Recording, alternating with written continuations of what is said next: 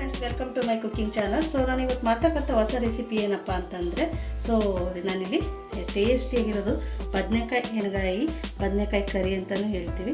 So ಅದನ್ನ ಮಾಡ್ತಾಯಿದ್ದೀನಿ. So ಬದನೆಕಾಯಿಗಾಗಿ ನಾನಿಲ್ಲಿ ಒಂದು 9 ಬದನೆಕಾಯಿ ಇರ್ಬೋದು ತೊಗೊಂಡಿದ್ದೀನಿ. ಸೊ ಇದಕ್ಕೆ ಏನೆಲ್ಲ ಇಂಗ್ರೀಡಿಯೆಂಟ್ಸ್ ಬೇಕು ಅಂದರೆ, ಇದು ರುಬ್ಲಿಕ್ಕಿದೆ ಮಸಾಲ. ಸೊ ರುಬ್ಲಿಕ್ಕೆ ನಾನಿಲ್ಲಿ ಹಸಿರು ತೆಂಗಿನಕಾಯಿ ಉಳಿದಿತ್ತು. ಸೊ ಅದನ್ನು ಹೆಚ್ಚಿಟ್ಕೊಂಡಿದ್ದೀನಿ ಸ್ವಲ್ಪ. ಸೊ ನೀವು ತುರಿದಿದ್ದಾದರೂ ಹಾಕೋಬೋದು, ಇಲ್ಲ ಕೊಬ್ಬರಿನಾದರೂ ಹಾಕ್ಕೋಬೋದು. ಮತ್ತು ಒಂದು ದೊಡ್ಡದೊಂದು ಈರುಳ್ಳಿ ಹೆಚ್ಕೊಂಡಿದ್ದೀನಿ, ಒಂದು ದೊಡ್ಡದೊಂದು ಟೊಮೆಟೊ ಹೆಚ್ಕೊಂಡಿದ್ದೀನಿ, ಒಂದು ದೊಡ್ಡದೊಂದು ಗಡ್ಡೆ ಬೆಳ್ಳುಳ್ಳಿ, ಒಂದು ಅರ್ಧ ನಿಂಬೆಹಣ್ಣಿನ ಗಾತ್ರದಷ್ಟು ಹುಣಸೆಹಣ್ಣು, ಮತ್ತು ಒಂದು ಅರ್ಧ ಇಂಚು ಶುಂಠಿ, ಮತ್ತು ಸ್ವಲ್ಪ ಕೊತ್ತಂಬರಿ ಸೊಪ್ಪು, ಮತ್ತು ಒಂದು ಅರ್ಧ ಇಂಚು ಚಕ್ಕೆ, ಒಂದು 4 ಲವಂಗ, ಒಂದು ಏಲಕ್ಕಿ, ಸ್ವಲ್ಪ ಜೀರಿಗೆ. ಓಕೆ, ಮತ್ತು ಉರಿಲಿಕ್ಕಿದೆ. ಸೊ ಉರಿಲಿಕ್ಕೆ ನಾನಿಲ್ಲಿ ಎರಡು ದೊಡ್ಡ ಟೇಬಲ್ ಸ್ಪೂನು ಕಡಲೆಬೀಜ ತೊಗೊಂಡಿದ್ದೀನಿ. ಮತ್ತು ಇದು ಸಮ ಪ್ರಮಾಣದಲ್ಲಿ ಇದನ್ನು ತೊಗೊಂಡಿದ್ದೀನಿ. ಕುರ್ಷಿಹಣ್ಣಿ ಅಂತ ಹೇಳ್ತೀವಿ, ಇದನ್ನು ಹುಚ್ಚೆಳ್ಳು ಅಂತ ಹೇಳ್ತೀವಿ. ಮತ್ತು ಇದು ಬಿಡಿ ಎಳ್ಳು ತೊಗೊಂಡಿದ್ದೀನಿ. ಮತ್ತು ಒಂದು ಸ್ಪೂನು ಉರಿಗಡ್ಲೆ ತೊಗೊಂಡಿದ್ದೀನಿ. ಸೊ ಇವನ್ನ ರೋಸ್ಟ್ ಮಾಡ್ಕೊಂಡು ಬರೋಣ. ಸೊ ರೋಸ್ಟ್ ಮಾಡ್ಕೊಳ್ಳಿಕ್ಕೆ ಇಲ್ಲಿ ಪ್ಯಾನ್ ಇಟ್ಟಿದ್ದೀನಿ. ಸೊ ಇದನ್ನ ಫಸ್ಟಿಗೆ ಒಂದೊಂದಾಗಿ ಹುರ್ಕೊಳ್ಳೋಣ. ಸೊ ಹುರ್ಕೊಂಡು ಇದನ್ನು ರುಬ್ಲಿಕ್ಕೆ ಹೇಳಿದೆ ಅಲ್ವಾ ಮಸಾಲ, ಅದ್ರ ಜೊತೆಗೆ ಹಾಕ್ಕೊಂಡ್ಬಿಟ್ಟು ರುಬ್ಕೊಂಡು ಬಿಡೋಣ. ಸೊ ನಾನು ಡ್ರೈ ರೋಸ್ಟ್ ಮಾಡ್ತೀನಿ. ಓಕೆ, ಇದಾಗಿದೆ. ಇದನ್ನು ಜಾರಿಗೆ ಹಾಕ್ಕೊಡ್ತೀನಿ. ಓಕೆ, ನೆಕ್ಸ್ಟ್ ಬಂದು ಇದು ಹುಚ್ಚೆಳ್ಳು ಅಂದರೆ ಕುರ್ಷಿಹಣ್ಣಿ ಅಂತ ಹೇಳ್ತೀವಿ ನಮ್ಮ ಕಡೆ ಇದನ್ನು. ಸೊ ಕುರ್ಷಿಹಣ್ಣಿನ ಸ್ವಲ್ಪ ಬಿಸಿ ಮಾಡ್ಕೊಳ್ಳೋಣ. ತುಂಬ ರುಚಿಯಾಗಿರುತ್ತೆ, ತುಂಬ ಆರೋಗ್ಯಕ್ಕೂ ಒಳ್ಳೆಯದು ಈ ಕುರ್ಷಿಹಣ್ಣಿ. ಸೊ ಇದನ್ನು ಮಿಸ್ ಮಾಡಬೇಡಿ, ಹಾಕಿ. ಪಲ್ಯನೂ ಸಹ ಸಖತ್ತ ಟೇಸ್ಟ್ ಕೊಡುತ್ತೆ. ಚಪಾತಿಗಂತೂ ಒಳ್ಳೆ ಕಾಂಬಿನೇಷನ್ ಇದು ಎಣ್ಗಾಯಿ.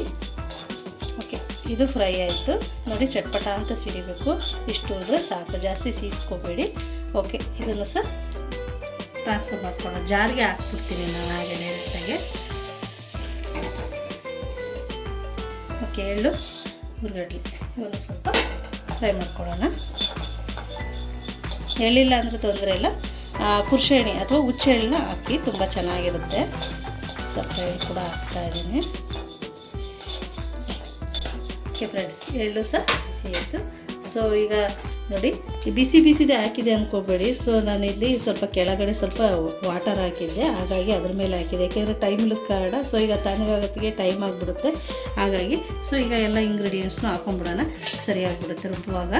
ಓಕೆ, ತೆಂಗಿನಕಾಯಿ, ಈರುಳ್ಳಿ. ಸೊ ನಾನಿಲ್ಲಿ ಬದನೆಕಾಯಿನ ರೌಂಡಾಗಿ ಹೆಚ್ಚಲ್ಲ. ಸೊ ನಾನು ನಾರ್ಮಲಾಗಿ ಈ ಥರ ಉದ್ದುದಕ್ಕೆ ಸೀಳ್ಕೊಳ್ತೀನಿ. ಇದಷ್ಟು ಹುರ್ಕೊಂಡು, ಸೊ ಎಳ್ಳು ಹುರ್ಕೊಂಡಿದ್ದೆ ಅಲ್ವಾ. ಸೊ ಜಾಸ್ತಿ ಬಿಸಿದ ಹಂಗೆ ಡೈರೆಕ್ಟಾಗಿ ಮಿಕ್ಸಿಗೆ ಹಾಕ್ಕೊಳ್ಳಿ, ಸ್ವಲ್ಪ ತಣಿಸಿನೇ ಹಾಕ್ಕೊಳ್ಳಿ. ಓಕೆ, ಇದಕ್ಕೆ ಸ್ವಲ್ಪ ನೀರು ಸೇರ್ಕೊಂಡ್ಬಿಟ್ಟು ಉಪ್ಪು ಮತ್ತು ಖಾರದ ಪುಡಿ ಹಾಕ್ತೀನಿ. ಸೊ ಖಾರಕ್ಕೆ ಅನುಗುಣವಾಗಿ ಖಾರನ ಆ್ಯಡ್ ಮಾಡ್ಕೊಳ್ಳಿ, ಇಲ್ಲ ಮೆಣಸಿನ್ಕಾಯಿನಾದರೂ ಹಾಕ್ಕೊಳ್ಳಿ. ಸೊ ಖಾರ ಸಾಕಾಗುತ್ತೆ. ಸೊ ನಮ್ಮ ಮನೇಲಿ ನನ್ನ ಮಕ್ಕಳು ಜಾಸ್ತಿ ಖಾರ ತಿನ್ನಲ್ಲ, ಹಾಗಾಗಿ ಇದಷ್ಟು ಖಾರ ಇಲ್ಲ, ಹಾಗಾಗಿ 1 ಸ್ಪೂನ್ ಖಾರ ಹಾಕಿದ್ದೀನಿ. ಸೊ ಇದಕ್ಕೆ ಸ್ವಲ್ಪ ಧನಿಯಾ ಪುಡಿ ಆ್ಯಡ್ ಮಾಡ್ಕೊಳ್ಳೋಣ. 1 ಸ್ಪೂನು, ಒಂದೂವರೆ ಸ್ಪೂನಷ್ಟು ಧನಿಯಾ ಪುಡಿ ಹಾಕ್ಕೊಳ್ಳಿ.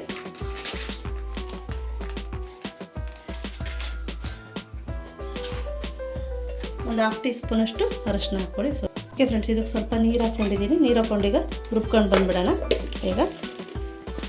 ಓಕೆ ಫ್ರೆಂಡ್ಸ್, ನಾನು ಬದನೆಕಾಯಿನ ಈ ಥರ ಹೆಚ್ಚಿಟ್ಕೊಂಡಿದ್ದೀನಿ. ಹೆಚ್ಚಿದ ತಕ್ಷಣ ನೀರಿಗೆ ಹಾಕಿ. ಸೊ ನಾನೀಗ ಡೈರೆಕ್ಟಾಗಿ ಹಾಕೋದ ಕಾರಣ ಹಾಗಾಗಿ ನಾನು ಹೀಗೆ ಹೆಚ್ಕೊಂಡೆ. ಸೊ ಈಗ ಏನು ಮಾಡೋಣ ಅಂದರೆ, ಫಸ್ಟ್ ಈಗ ನೋಡಿ ನೀರಿಗೆ ಹಾಕ್ಬಿಡಿ, ಇಲ್ಲಾಂದರೆ ಕಪ್ಪಾಗಿಬಿಡುತ್ತೆ. ಸ್ವಲ್ಪ ಜೀರಿಗೆ, ಸ್ವಲ್ಪ ಸಾಸಿವೆ, ಒಂದು ಪಿಂಚಷ್ಟು ಹಿಂಗು, ಸ್ವಲ್ಪ ಕರಿಬೇವು. ಓಕೆ, ಇದನ್ನು ಓಕೆ, ಈ ಬದನೆಕಾಯಿನ ಇದರಲ್ಲೇ ಹಾಕ್ಬಿಟ್ಟು ಫ್ರೈ ಮಾಡಿಬಿಡೋಣ. ಸೊ ಬದನೆಕಾಯಿ ಹೆಚ್ಚುತ್ತಿದ್ದಕ್ಕಲ್ಲಿ ನಾನು ರವಂಡಾಗಿ ಹೆಚ್ಕೊಂಡಿಲ್ಲ. ರವಂಡಾಗಿ ಹೆಚ್ಚಿ ಮಸಾಲ ತುಂಬ್ತಾರೆ. ಸೊ ನಾನು ಆ ಥರ ಮಾಡಿಲ್ಲ. ಸೊ ನಾನು ಈ ಥರ ಹೆಚ್ಕೊಂಡಿದ್ದೀನಿ. ತುಂಬ ಚೆನ್ನಾಗಿರುತ್ತೆ, ಯಾಕೆಂದರೆ ಚಪಾತಿಗೆ ಈ ಥರ ಮುರ್ಕೊಳ್ಳುವಾಗ ಚೆನ್ನಾಗೂ ಕೈಗೆ ಸಿಗುತ್ತೆ, ಹಾಗಾಗಿ. ಸೊ ನಾನು ಈ ಥರನೇ ಮಾಡ್ತಾಯಿದ್ದೀನಿ. ಓಕೆ, ಇದನ್ನು ಆಯಿಲಲ್ಲಿ ಫ್ರೈ ಮಾಡ್ಕೊಳ್ಳೋಣ ಚೆನ್ನಾಗಿ. ದಪ್ಪನೇ ಹೆಚ್ಕೊಂಡಿದ್ದೀನಿ. ತುಂಬ ಟೇಸ್ಟಾಗಿರುತ್ತೆ, ಖಂಡಿತ ಒಮ್ಮೆ ಟ್ರೈ ಮಾಡಿ ಈ ಥರ. ಮತ್ತು ಮಧ್ಯೆ ನಾನು ಈ ಥರ ಆಯಿಲು, ಜೀರಿಗೆ ಇವನ್ನೆಲ್ಲ ಸ್ಟಾರ್ಟಿಂಗ್ ಹೇಳುವಾಗ ಹಾಕಲ್ಲ. ಸೊ ಹೇಳಿರಲ್ಲ, ಮಧ್ಯೆ ನಾನು ಹಾಕ್ತಾ ಇರ್ತೀನಿ. ಸೊ ನೀವು ಸ್ಕಿಪ್ ಮಾಡ್ತೇನೆ ನೋಡಿ, ಮತ್ತು ಕನ್ಫ್ಯೂಸ್ ಆಗಿಬಿಡುತ್ತೆ ನಿಮಗೆ. ಸೊ ಇದಕ್ಕೆ ಸರಿಯಾಗಿ ಸ್ವಲ್ಪ ಉಪ್ಪನ್ನು ಆ್ಯಡ್ ಮಾಡ್ಕೊಳ್ತೀನಿ, ಬೇಗ ಬೇಯುತ್ತೆ. ಸೊ ಬದನೆಕಾಯಿ ಬೇಗನೆ ಬೇಯುತ್ತೆ. ಸೊ ನಾನು ಇದಕ್ಕೆ ಬದನೆಕಾಯಿ ಸರಿಯಾಗಿ ಉಪ್ಪು ಹಾಕ್ತೀನಿ, ಆಮೇಲೆ ಮಸಾಲೆ ಹಾಕಿದ್ಮೇಲೆ ಇನ್ನೂ ಸ್ವಲ್ಪ ಉಪ್ಪು ಹಾಕ್ತೀನಿ. ಇದು ಮಿಕ್ಸ್ ಮಾಡಿಬಿಟ್ಟು ಸೊ ಬದನೆಕಾಯಿಗೆ ಇವಾಗಲೇ ಸ್ವಲ್ಪ ಉಪ್ಪು ಹಾಕ್ಬಿಟ್ರೆ ಟೇಸ್ಟಾಗಿ ಉಪ್ಪು ಹಿಡಿಯುತ್ತೆ. ಆಮೇಲೆ ಮಸಾಲ ಜೊತೆಗೆ ಹಾಕಿದರೆ ಮಸಾಲ ಅದು ಸ್ವಲ್ಪ ಸಪ್ಪೆ ಅನಿಸುತ್ತೆ. ಹಾಗಾಗಿ ಸೊ ಸ್ಟಾರ್ಟಿಂಗಿಗೆ ಸ್ವಲ್ಪ ಉಪ್ಪು ಹಾಕ್ಬಿಟ್ಟು ಈ ಥರ ಫ್ರೈ ಮಾಡಿಬಿಟ್ರೆ ತುಂಬ ಚೆನ್ನಾಗಿರುತ್ತೆ. ಮತ್ತು ಇದು ಬೇಗನೂ ಆಗಿಬಿಡುತ್ತೆ ಮಸಾಲ ಒಂದು ರೆಡಿ ಮಾಡ್ಕೊಂಬಿಟ್ರೆ. ಓಕೆ, ಇದು ಚೆನ್ನಾಗಿ ಎಣ್ಣೆ ಫ್ರೈ ಆಗಿಬಿಟ್ರೆ ಸಾಕು. ಮಸಾಲ ಒಂದು ಕುದಿಸ್ಬಿಟ್ರೆ ರೆಡಿ ಆಗೋಗ್ಬಿಡುತ್ತೆ. ಓಕೆ, ಇಷ್ಟು ಲೈಟಾಗಿ ಫ್ರೈ ಆದರೆ ಸಾಕು. ಸೊ ಇದಕ್ಕೀಗ ನಾನು ಏನು ಮಾಡ್ತೀನಿ ಅಂದರೆ ಮಸಾಲ ಹಾಕ್ಬೇಕು. ರುಬ್ಕೊಂಡಿದ್ದೆ ಅಲ್ವಾ ಆ ಮಸಾಲನ ಇದಕ್ಕೆ ಆ್ಯಡ್ ಮಾಡ್ತೀನಿ. ಸ್ವಲ್ಪ ನೀರು ಹಾಕ್ಕೊಂಡು ಇದಕ್ಕೆ ಹಾಕ್ಕೊಳ್ಳಿ, ಯಾಕೆಂದರೆ ಅದು ಬದನೆಕಾಯಿ ಎಲ್ಲ ಬೇಯಬೇಕಲ್ವ, ಗಟ್ಟಿ ಇದ್ದರೆ ತಳಾಡ್ಬಿಡುತ್ತೆ.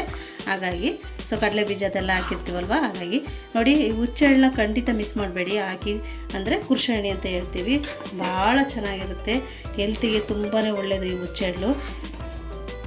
ಸೊ ಅಡುಗೆಯಲ್ಲಿ ಇದನ್ನು ಯೂಸ್ ಮಾಡಿ. ಓಕೆ ಫ್ರೆಂಡ್ಸ್, ಇದು ಚೆನ್ನಾಗಿ ಕುದಿ ಬರಲಿ. ಇದನ್ನ ಈಗ ನಾನು ಏನು ಮಾಡ್ತೀನಿ ಅಂದರೆ ಲಿಡ್ನ ಕ್ಲೋಸ್ ಮಾಡಿಬಿಟ್ಟು ಈ ಕುದೀತಾ ಇನ್ನೂ ಸ್ವಲ್ಪ ಗಟ್ಟಿ ಆಗುತ್ತೆ. ಓಕೆ, ಇದನ್ನು ಈಗ ಲಿಡ್ನ ಕ್ಲೋಸ್ ಮಾಡಿಬಿಟ್ಟು ಬೇಯಲಿಕ್ಕೆ ಇಡ್ತೀನಿ. ಓಕೆ ಫ್ರೆಂಡ್ಸ್, ನೋಡಿ ನಾನು ಈ ಹದದಲ್ಲಿ ನೀರು ಹಾಕಿದ್ದೀನಿ. ಸೊ ನೀವು ಇನ್ನೂ ಸ್ವಲ್ಪ ತೆಳ್ಳಗೆ ಬೇಕು ಅಂದರೆ ಮಾಡ್ಕೊಳ್ಳಿ, ತೊಂದರೆ ಇಲ್ಲ, ಚೆನ್ನಾಗಿರುತ್ತೆ. ಇದು ಕುದೀತಾ ತಣ್ಣಗಾಗುವಾಗ ಇದು ಗಟ್ಟಿ ಆಗುತ್ತೆ.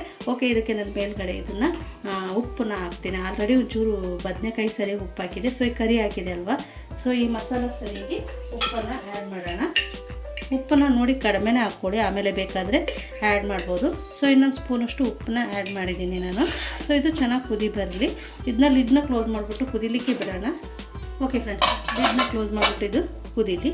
ಓಕೆ, ಕುದಿಲಿಕ್ಕೆ ಸ್ಟಾರ್ಟ್ ಆಗೋ ಮೂಮೆಂಟಲ್ಲಿ ಸ್ವಲ್ಪ ಬೆಲ್ಲನ ಆ್ಯಡ್ ಮಾಡ್ತಾಯಿದ್ದೀನಿ. ಸೊ ಇದು ಆಪ್ಷನಲ್ಲು, ಸೊ ಬೇಕಾದರೆ ಹಾಕ್ಕೊಳ್ಳಿ, ಅಂದರೆ ರುಚಿ ತುಂಬ ಚೆನ್ನಾಗಿರುತ್ತೆ. ಸೊ ನನ್ನ ಮಕ್ಕಳು ಸ್ವಲ್ಪ ಸ್ವೀಟ್ ಇದ್ರೆ ಇಷ್ಟಪಡ್ತಾರೆ, ಹಾಗಾಗಿ ನಾನಿಲ್ಲಿ ಒಂದು 2 ದೊಡ್ಡ ಟೇಬಲ್ ಸ್ಪೂನು ಬೆಲ್ಲನ ಆ್ಯಡ್ ಮಾಡಿದ್ದೀನಿ. ಸೊ ಅದರಲ್ಲದು ಹಾಕ್ಕೊಳ್ಳುತ್ತೆ. ಸೊ ನೋಡಿ ಕುದಿಲಿಕ್ಕೆ ಸ್ಟಾರ್ಟ್ ಆಯಿತು, ಚೆನ್ನಾಗಿ ಕುದೀಲಿ. ಸೊ ಬದನೆಕಾಯಿ ಎಲ್ಲ ಚೆನ್ನಾಗಿ ಫ್ರೈ ಆಗಿದೆ. ಸೊ ಬೇಯಿದ್ರೆ 1-2 ಕುದಿಸ್ಬಿಟ್ಟು ಇಳಿಸ್ಬಿಡಿ, ಆಗೋಯಿತು. ಓಕೆ, ಇದು ಮೀಡಿಯಮ್ ಫ್ಲೇಮಲ್ಲಿ ಕುದಿಲಿಕ್ಕೆ ಬಿಡೋಣ.